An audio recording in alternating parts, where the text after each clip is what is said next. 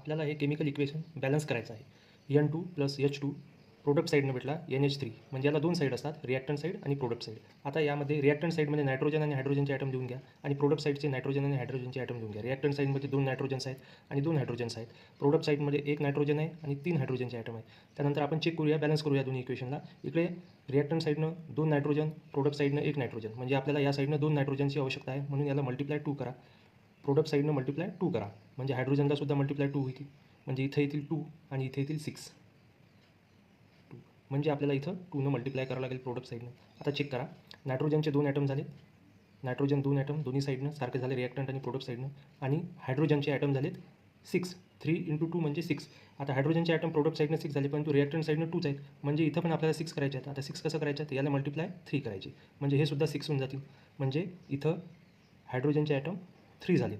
म्हणजे आता बघा, चेक करून बघा, दोन्ही ॲटम दोन्ही साईडनं रिॲक्टंट आणि प्रोडक्ट साईड दोन्ही पण बॅलन्स झालेले आहे. नायट्रोजनचे 2 ॲटम आहेत, इथे पण 2 ॲटम आहेत. हायड्रोजनचे इथं 6 ॲटम आहेत, इथे पण 6 ॲटम आहेत. Right, okay. दुसरं एक्झाम्पल बघूया. Mg + O2 = MgO. प्रोडक्ट आहे MgO. तर दोन्ही साईडचे ॲटम्स लिहून घेऊया. मॅग्नेशियमचा 1 ॲटम आहे, ऑक्सिजनचे 2 आहेत. प्रोडक्ट साईडने मॅग्नेशियम 1 आहे, ऑक्सिजन 1 आहे. आता बॅलन्स करूयात. मॅग्नेशियम इकडे मॅग्नेशियम 1, इकडे मॅग्नेशियम 1, दोन्ही साईडने हे बॅलन्स आहेत. आता ऑक्सिजन चेक करूया. तर रिॲक्टंट साईडनं ऑक्सिजन 2 आहेत आणि प्रोडक्ट साईडनं एकच ऑक्सिजन आहे. तर आपल्याला प्रोडक्ट साईडनं 2 ऑक्सिजन करायचे आहेत, तर मल्टिप्लाय 2 करायचे आहे इक्वेशनला. इथं 2 मल्टिप्लाय झालं म्हटलं म्हणजे याचा आन्सर 2 येते.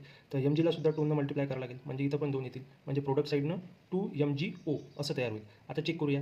ऑक्सिजन तर इकडे लेफ्ट साईडनं 2 आहेत आणि राईट साईडनं पण 2 आहेत, ठीक आहे. परंतु मॅग्नेशियममध्ये इथं 2 झालेले आहेत प्रोडक्ट साईडनं, परंतु रिॲक्टंट साईडनं 1 आहे. तर आता 1ला 2 करायचं असेल तर इथं मल्टिप्लाय 2 करावं लागेल, ठीक आहे. म्हणजे Mg किती होतील, 2. म्हणजे आता चेक करूया फायनल प्रोडक्ट, हे झालं 2. आता दोन्ही साईडनं बघूयात.